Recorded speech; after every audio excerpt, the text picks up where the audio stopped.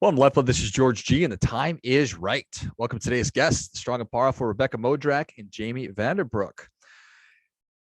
Ladies, are you ready to do this? Yeah, excited to be here. Excellent. Excited to have you on. Rebekah and Jamie are the editors of Radical Humility, Essays on Ordinary Acts, with contributors from renowned scholars, psychologists, artists. Radical Humility offers guidance and comes at a time when humility is being stressed from the top. Tell us a little bit about your personal lives, some more about your work, and what motivated you to do the project. So this is Rebekah, and I'm an artist, and I teach. I'm a professor at the Stamp School of Art and Design at the University of Michigan. And one summer, I left Ann Arbor, and I went to spend a few months in Nebraska to interview farmers about their jobs. And I was really happy to leave the university that summer. I just had been around a lot of occasions where people like to talk about what they did in ways that sort of put themselves ahead of other people. And I escaped to Nebraska, where as I interviewed farmers, farmers kept telling me, you should interview this one particular farmer. And I would say, like, why is that? And I would think they were going to tell me, that he knew about pest control or crop rotation. And they said, he's really humble. And it wasn't a word that I heard very often. And I was really interested in humility and how it's a part of somebody's life. Excellent. This is Jamie. So after Rebekah got back from that trip, she reached out to a couple of different colleagues, and I was one of them. And coincidentally, I had a baby that year.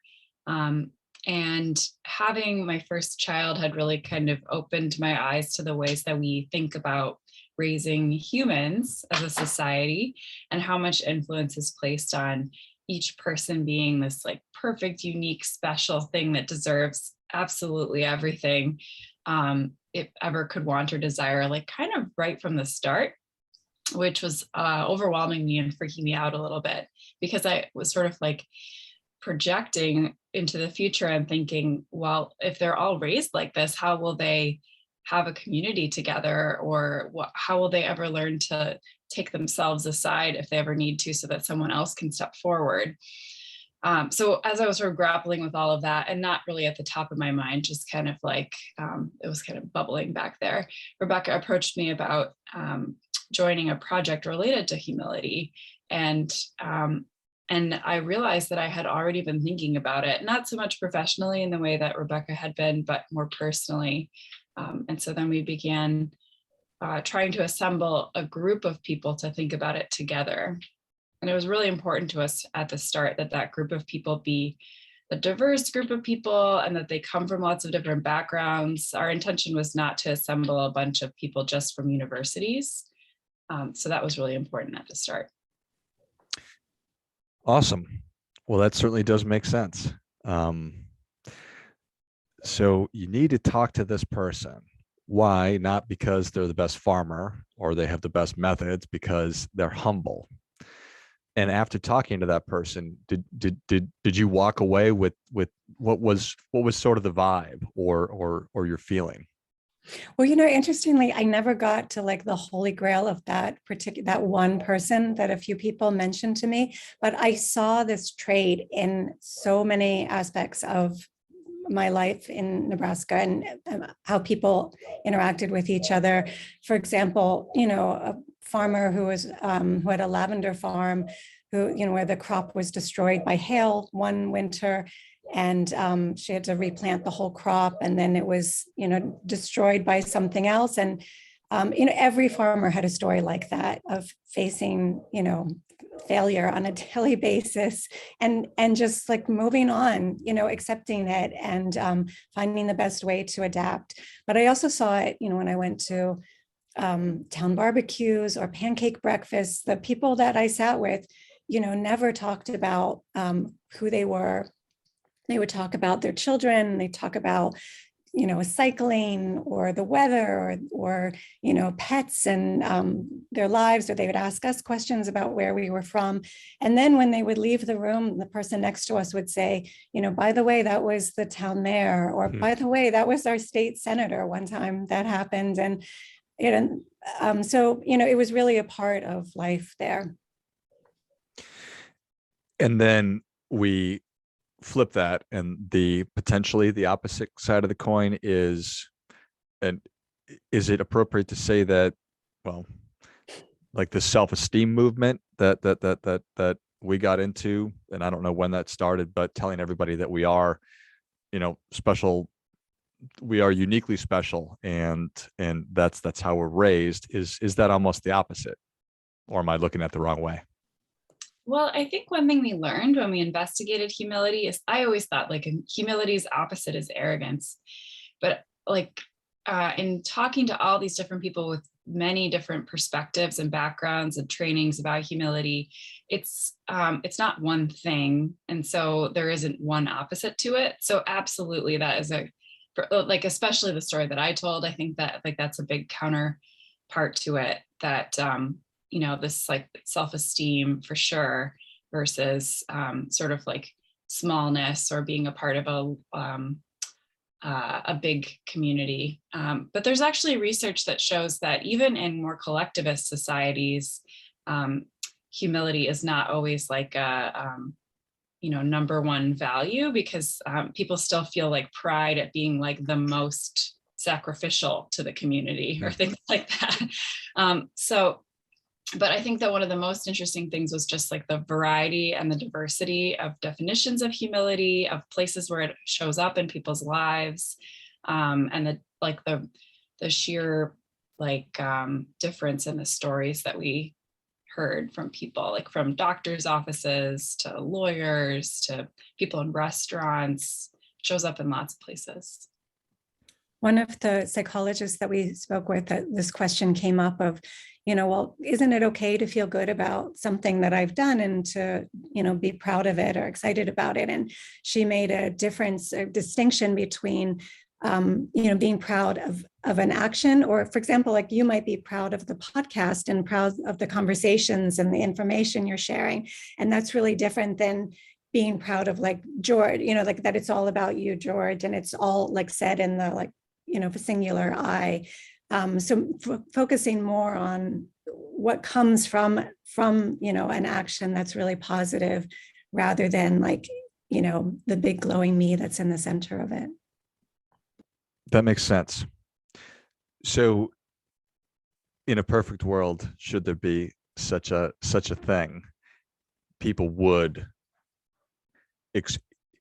understand, embrace, and practice more humility. Definitely. And, this is, again, back to this one psychologist, Jen Wright, who wrote one of the essays for the book, and for me was really, one of the key people that we spoke with. She talks a lot about humility being a process and a state of being that you come into and out of. So, if like our natural inclination is to see ourselves as the center of this gravitational force, that, we have to kind of continually reframe our vision, and which is something that I'll do often. And so every time we do that, we kind of remind ourselves that the world is much larger than us, and there are many more people involved. We're processing through this state of being, but it's, we lapse in and out of it, and it's not as though you ever achieve this perfect state of humility and just exist within that. I like that. It's a process and a state of being. And I remember my mom would tell me when I was a little kid, and probably today, it's like, the world does not revolve around you, George. And I think that's obviously true, and something that we need to keep in mind. How do we balance self-worth with humility? I guess that's the practice part. Well, I think that comes back again to this question of self-esteem. She's not included in the book, but I've been reading the work of the psychologist Kristen Neff a lot lately. She works on self-compassion, and she pushes people to to be compassionate with themselves rather than to base their worth on esteem, like, because you were always sort of comparing yourself, I think, when you're basing your worth on self-esteem. So I think humility is a key component there, because if you sort of start with the sense that you are an imperfect person, but we all are, and none of us is any better or any worse than others, I think humility really plays into adopting that state of mind authentically. And then I think it just sort of relieves this pressure valve that I think that we've like inflated into people. I mean, Rebekah and I are in this academic environment that's sort of coming off a wave of entrepreneurship being like really dominant, sort of like, theory is the wrong word, but like that was like the ethos where we were working for a long time. And that really subsists on this sense that like everyone should make it for themselves. It's all based on like your brand and what you can bring to the table and how you can like survive on your own. And I think that instills in especially young people almost this like panic that they need to be better than all of the other people around them. So I think if people can kind of start with this sense that like, no matter what you manage to achieve, no person is actually better or worse than another person. That I think there's almost like a calm peace that can come for people who are practicing this sort of way of thinking, this sort of like humble mindset. If you're sort of thinking about yourself as part of a very like sort of like a boundaryless group of people, I think that's an easier way to live almost. And I love that. And one of the things that we did when we put together this book was really looking for models of people who acted out humility in their daily lives. And some of the people who wrote essays for the book, their heroes are people who like their biggest sort of thing that they're known for is a failure.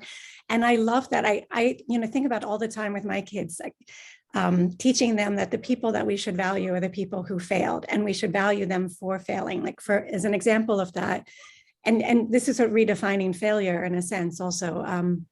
One of the authors in the book, Troy Jollinmore, who's a philosopher and a poet, writes about a philosopher named Philippa Foot, who in the 70s wrote a paper that was really influential. And then in the 1990s, she started referring people to another paper that criticized her original paper. And she then recanted her original paper and said, I was wrong. A lot of the things that I wrote, I was wrong. Well, Troy Jollinmore shows both the original essay and her recantation to his students and says, this is a really, perfect model of somebody who's willing to give up their, and willing to admit the things that they thought, were problematic so that they can move forward and gain new knowledge. And he says that often his students are really kind of upset by this, and they say, she should have stood her ground. She should have said, I said this and I meant it and I believe in it. But it's, he tries to teach them that it's far more valuable for somebody to give up parts of themselves as they grow and they evolve. Yeah, I think that's incredible. There are fewer things in the world that make me more frustrated when people don't own mistakes and they just continue to, if the term is double down or whatever it might be. It's like, just say that you're wrong, and that we as human beings have the capacity to learn and grow and change. And that's, I think, what you're talking about, or part of it. That's right. Yeah. My other favorite, I have like 10 favorite essays in the book, but another favorite one is by an attorney who was the chief attorney for a hospital system. And at a certain point, he said, we're going to start acknowledging our mistakes. From this point on, if you make a mistake, you come forward, you admit you were wrong, and let's try to make it better. Because he realized how much trauma was caused for doctors who felt that they, if they had prescribed like the wrong dose of medicine, that they had to kind of, pretend that they hadn't, that they then, like their whole future was jeopardized as a doctor by doing that. The patient was, traumatized to have to fight the hospital system to prove this. the hospital never, if, for example, say the labeling was hard to read, they never made the change to the labeling, so the problem would occur again.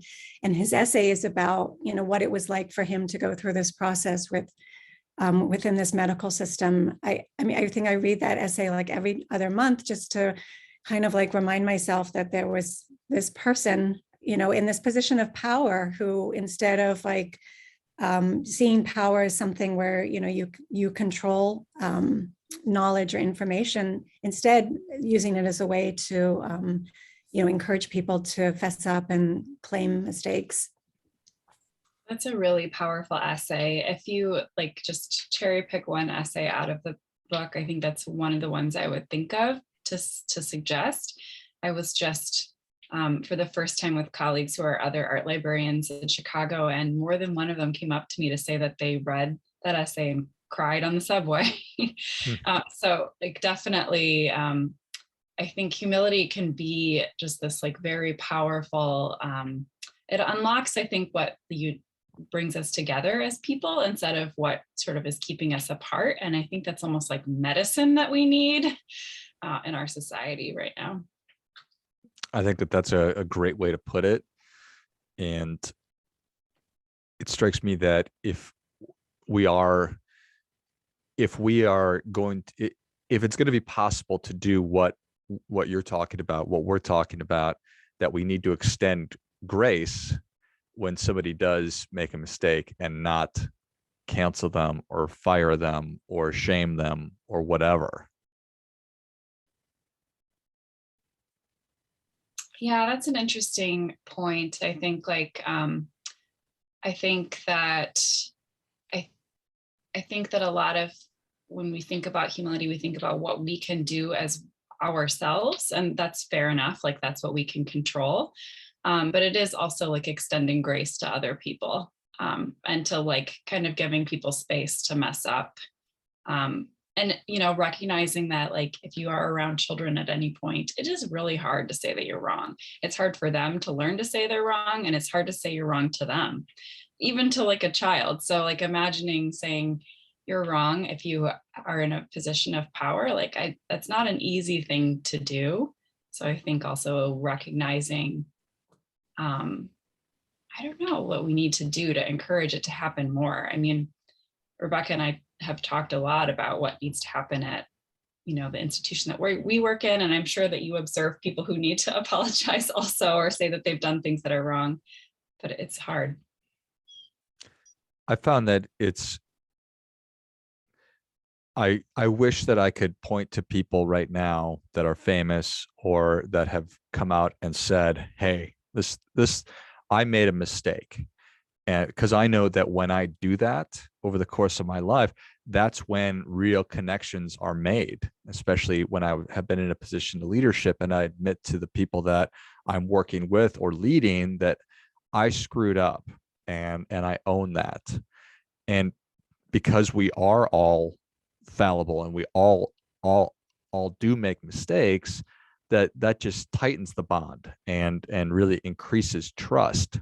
And I've got a 5-year-old and a 2-year-old, and I will tell them, I'm with you. It's not easy, but I'll absolutely tell them when I've made mistakes, because I do it all the time, and I apologize. I find that it's a muscle that just needs to be exercised, and that as you do it, you become more comfortable with it and you get better at it. That's such a good point. And I think it's also possible to then never use the muscle.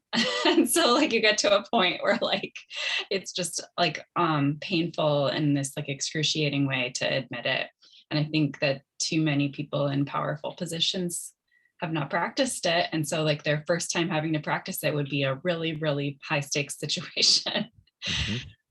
So. Yeah.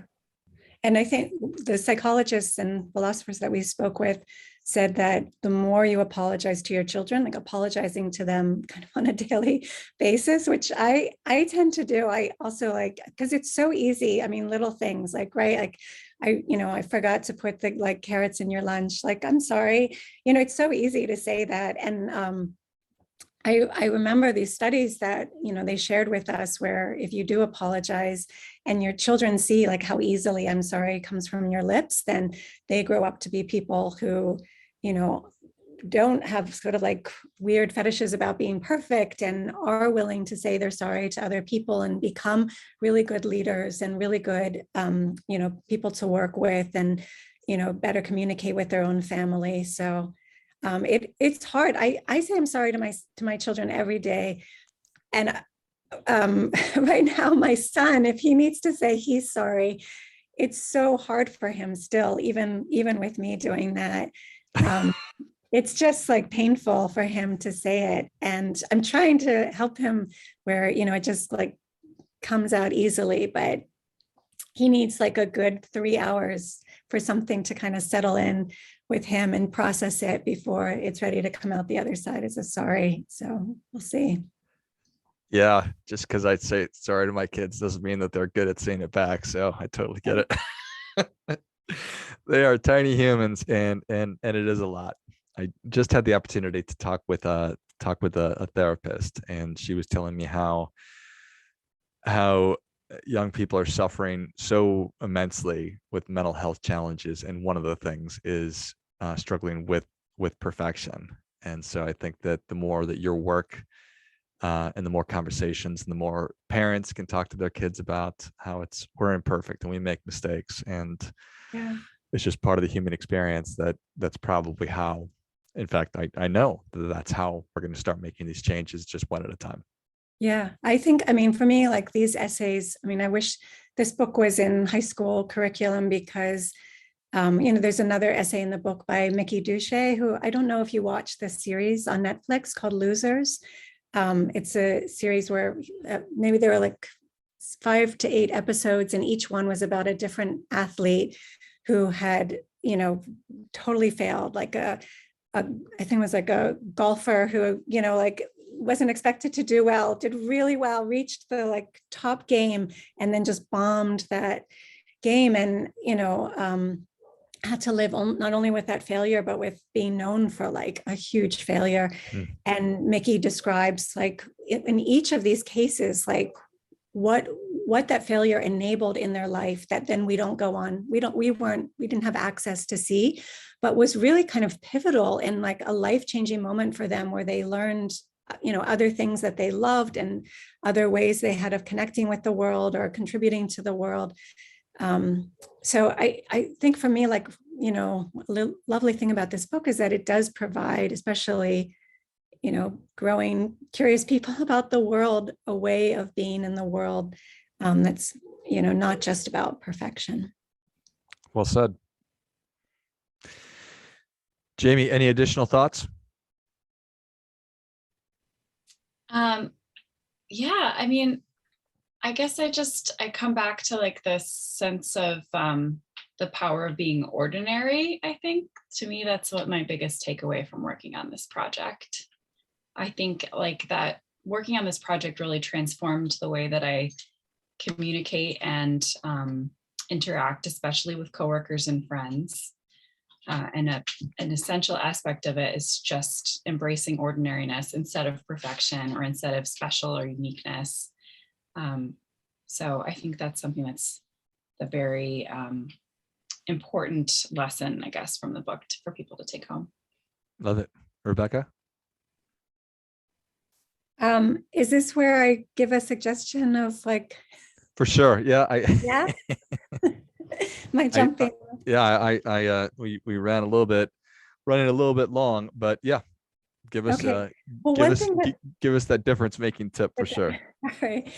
One thing that I do sometimes if I'm, for example, say there's like a grant I didn't get or some other kind of disappointment, is I do try to like imagine myself. And I like at first I imagine myself in this kind of small room with like myself at the center. And then I just kind of like make the room around me get bigger and bigger and bigger until like I'm in this huge like kind of universe or huge world. And I've become, a little bit smaller in that world. And I think for me, it kind of releases me of some of the claustrophobia of feeling like a singular event a little too closely.